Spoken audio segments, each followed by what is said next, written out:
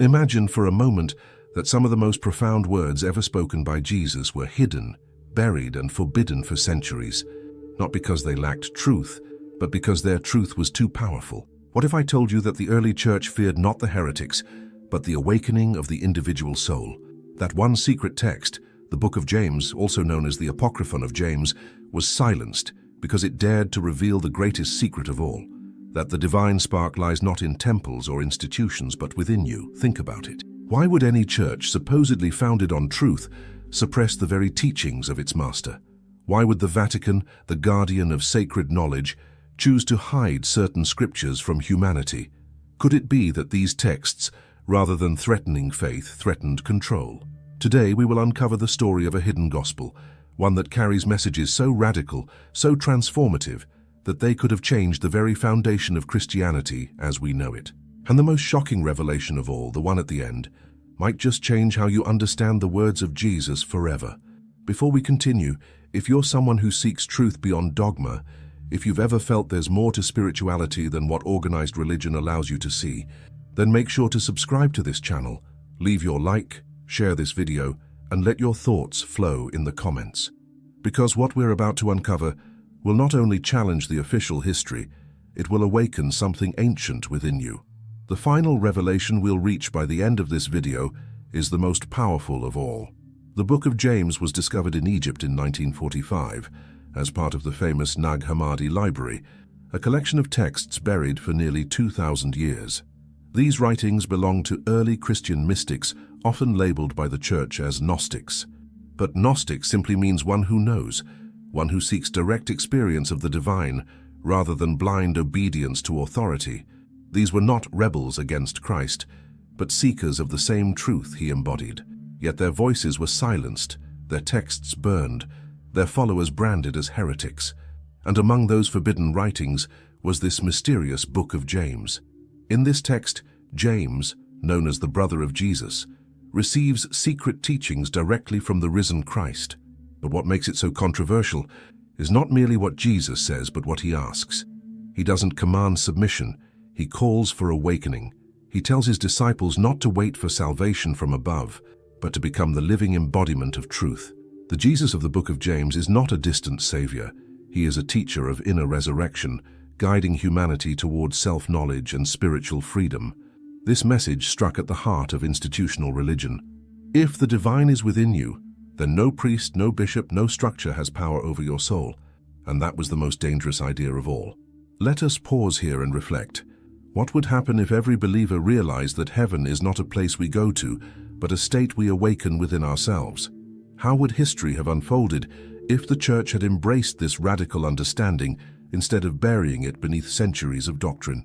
Would humanity have evolved faster, spiritually, morally, and consciously?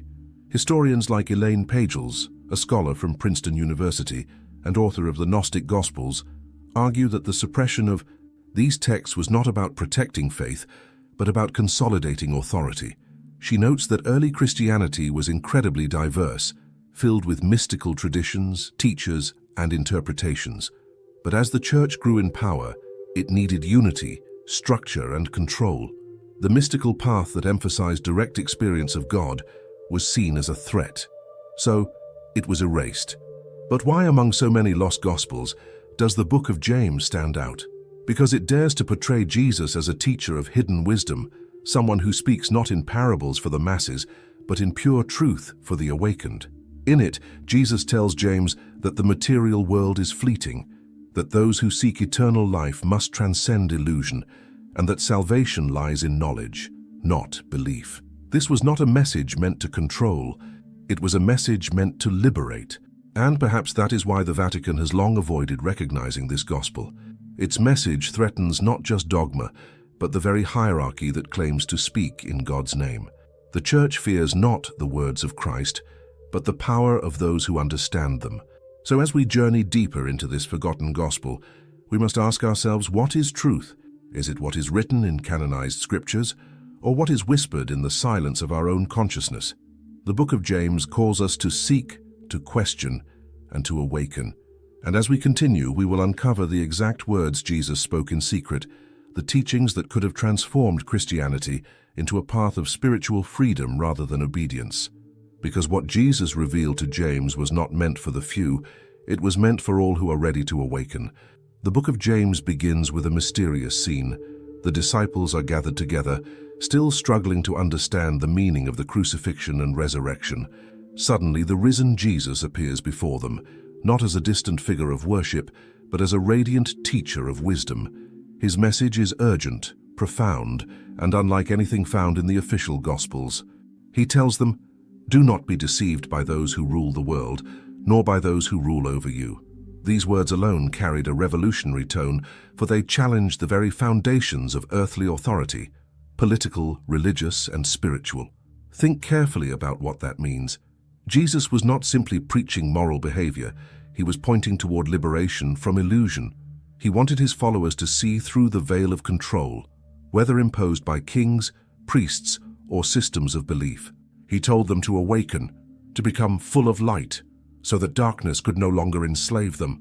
In a world built on hierarchy, fear, and obedience, this was a call to inner freedom that could not be tolerated by those who sought to rule in his name.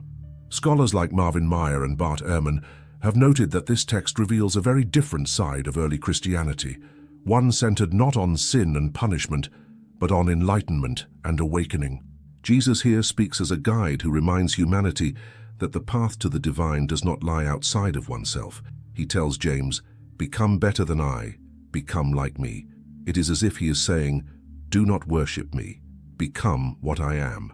This was the most radical message imaginable, one that turned followers into equals, servants into sons, and believers into co-creators of divine truth.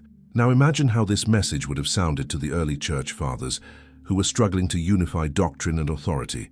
How could they maintain control over a population that believed salvation came not from the church, but from within their own consciousness? The answer was simple: they could not. And so, these writings were declared heresy, hidden away, and condemned to oblivion. But the truth cannot be buried forever. The sands of Egypt preserved what fire and decree tried to destroy. The book of James also reveals a profound teaching about suffering and transformation. Jesus tells James that those who seek truth must pass through trials, not as punishment, but as initiation. He says, "Become full of love, do not be afraid of the flesh, nor of those who kill it." This echoes his words in the canonical Gospels, yet here the meaning is deeper. The true resurrection happens within, through self-knowledge and fearlessness.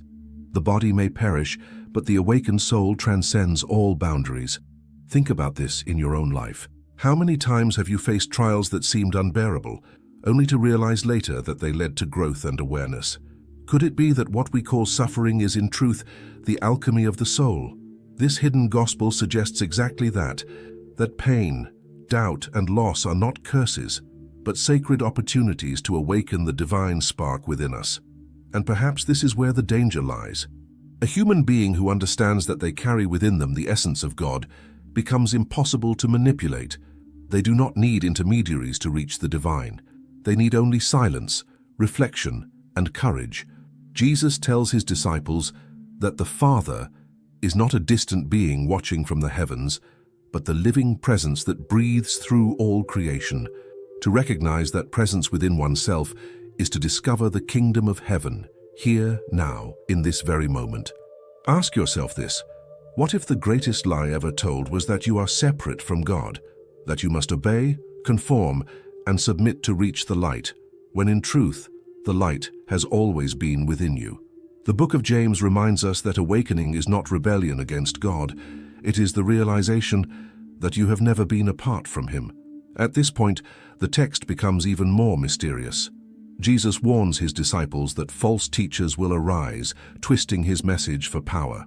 He says that those who understand his words must guard them carefully, not because they are secrets meant to exclude others, but because humanity was not yet ready for them. He tells James, "You have heard and understood. You shall be called the one who is awake." This single line carries an echo of every mystical tradition across time, from the awakened Buddha in the East to the illuminated adept in the Hermetic schools of Alexandria. What is awakening then? It is the moment when you realize that heaven and earth are not two realms, but one continuous field of consciousness. It is the moment when you no longer seek God outside yourself, but discover him in the stillness of your own being. And this realization, this sacred inner knowing, is precisely what the institutions of power fear most. Let us not forget that this gospel was written in the same period when the Roman Empire and the emerging church began to merge political and spiritual authority. The Council of Nicaea, centuries later, would formalize which teachings were divine and which were heretical. Those who dared to speak of direct union with the divine, without priest or temple, were branded as enemies. The Book of James was not merely suppressed, it was erased from memory, sealed behind the walls of forbidden archives. But today, as these texts resurface, we are invited once again to hear the unfiltered words of Jesus, the ones that call not for obedience, but for transformation. And as we will see in the next part, the most dangerous words he ever spoke were not against Rome or the church, but against the illusion that humanity is powerless. Because in the hidden verses of this gospel, Jesus reveals the secret of immortality, not as life without death, but as consciousness beyond decay. In the hidden passages of the book of James, we find a dialogue unlike anything in the canonical scriptures. Jesus looks into the eyes of his disciples and says, "Remember what I have told you. The kingdom is not in the sky, and it is not in the sea, but within you and all around you." These words echo across centuries, calling out to anyone who dares to listen beyond the surface of religion. They are the most dangerous words ever spoken because they strip away the need for intermediaries and reveal the sacred truth of human divinity. Imagine the weight of those words in a world where faith was controlled by priests and empires. To say that the kingdom of God exists within each person was to declare spiritual independence, to proclaim that no church, no hierarchy, no power could separate you from the divine source. It was not rebellion against God, it was rebellion against those who claimed to own him. The Jesus who speaks in the book of James is not the passive figure of conventional faith. He is a luminous being of wisdom, urging his followers to see themselves as co-creators of reality. He tells them, "Become seekers until you find. When you find, you will be troubled. When you are troubled, you will marvel and reign over all." This is the language of initiation. It describes the mystical journey of the soul, from ignorance to questioning, from confusion to awakening, and finally to enlightenment. Let us pause and ask, why would such words be considered dangerous? Because they remove fear. A person who no longer fears hell, punishment, or divine wrath cannot be enslaved by guilt. They live from love, from awareness, from truth. Such a person is not easy to govern or manipulate. The institutions built upon fear lose their power the moment one soul awakens to its own light. This idea of inner awakening runs parallel to the Hermetic wisdom of ancient Egypt, where seekers were taught that as above, so below, as within, so without. It also mirrors the words of Plato, who spoke of remembering divine knowledge through the act of self-discovery. The Book of James fits perfectly into this ancient lineage of enlightenment, a tradition where the divine spark within each person is the path to salvation. The Church, however, could not allow this. To preserve its authority, it built a theology of dependency. Instead of teaching people to awaken, it taught them to wait, to believe, obey, and hope for salvation after death. The mystic path was replaced with ritual. The temple of the heart was replaced with stone cathedrals. Yet beneath all of this, the forbidden words of Jesus survived like embers beneath the ashes, waiting for the wind of truth to reignite them. The text continues with an astonishing exchange. James asks Jesus why he speaks in riddles, and Jesus replies, "Because the heart of this people has grown dull. They have closed their eyes so that they do not see." It is as if he foresaw that his message would be misunderstood, even by those who loved him. He warns them that the world will reject truth, because truth demands transformation. To awaken is to die to illusion, and humanity, afraid of losing its comfort, clings to falsehood. Think about this in your own life. How often do we avoid truth because it threatens our sense of control or security? How many times do we silence our inner voice because it calls us toward change? The same struggle that faced the disciples 2,000 years ago still lives within us today. The Book of James reminds us that awakening is not an abstract idea. It is a living process that begins the moment we dare to see. In one of the most profound sections, Jesus tells James that true life is born from understanding the nature of death. He says, "Those who know themselves will not taste death." This statement has been interpreted in many ways. Some take it literally, others see it as symbolic. But the essence is clear. Immortality is not the continuation of the body, it is the awakening of the eternal consciousness within. When you realize that you are not the body, not the mind, but the awareness behind them, death loses its power over you. This teaching, once again, mirrors ancient initiatory traditions. In the mysteries of Eleusis, in Egypt, and later in Hermetic philosophy, initiates were symbolically buried and resurrected to signify the death of ignorance and the birth of illumination. The Book of James carries the same current of wisdom.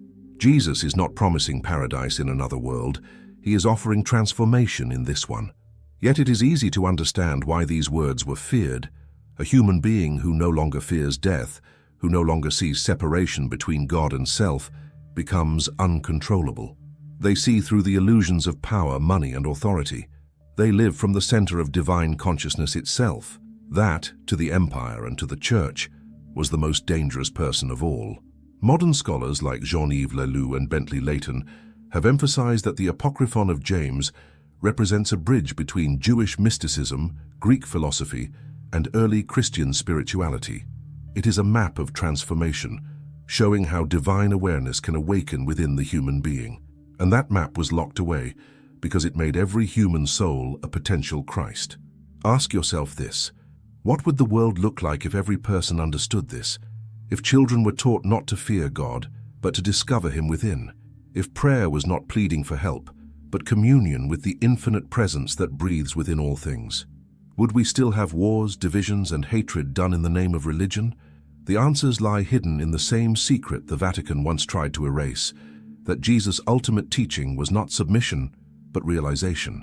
And as we move into the final part of this journey, we will uncover the most forbidden revelation of all, the message that not only redefines who Jesus was, but who you truly are. Because the real danger of the Book of James was never in its words. The danger was in what would happen if humanity ever truly understood them. The final revelation within the Book of James comes as Jesus prepares to depart once more from his disciples. His voice, filled with compassion yet urgency, carries a message that pierces through time itself. He tells them, "You have heard the truth. Keep it within you. Do not build temples for me, for what you build will fall. Instead, raise up the temple of your heart, for there I dwell." Those words alone hold the essence of why this gospel was banned. The entire structure of organized religion, its cathedrals, its rituals, its hierarchy, depends on the idea that God lives elsewhere. But Jesus, in this hidden gospel, declares that the only true sanctuary is within. When he says, "Raise up the temple of your heart," he is pointing to the divine presence that exists not in any church, but in the awakened soul. Now pause and think about that. For centuries, humanity has been taught to look upward, to pray to a distant heaven, to seek salvation through external authority. But what if Jesus' real message was that the kingdom is not to be reached but remembered? What if the divine is not something we must earn, but something we already are? This realization is the key that opens the gates of spiritual freedom, and it is precisely this key that the Vatican chose to hide. As the scene unfolds, James falls to his knees, overwhelmed by what he has heard. Jesus tells him, "Be strong within, for those who awaken will be opposed. You will be hated for revealing what is hidden, but blessed are those who endure." These words are prophetic. They echo through history, reflecting the countless seekers, mystics, and visionaries who were persecuted for carrying the same flame of truth. From the Gnostics of Alexandria to the mystics of medieval Europe, from Giordano Bruno to Meister Eckhart, the story repeats. Those who teach that God is within are silenced by those who profit from keeping him distant. And yet the light always returns. No matter how many scrolls are burned or forbidden, no matter how many voices are silenced, the truth re-emerges. Because truth does not belong to any religion, it belongs to consciousness itself. The Book of James survived not because it was preserved by power, but because it was preserved by spirit. It waited patiently, hidden in the desert sands, for the day when humanity would be ready once again to hear. Ask yourself now, are we ready? Are we ready to accept a vision of Jesus not as a figure of submission, but as a teacher of liberation? Can we understand that the Christ he spoke of was not limited to his own person, but is a living presence awakening in all of humanity?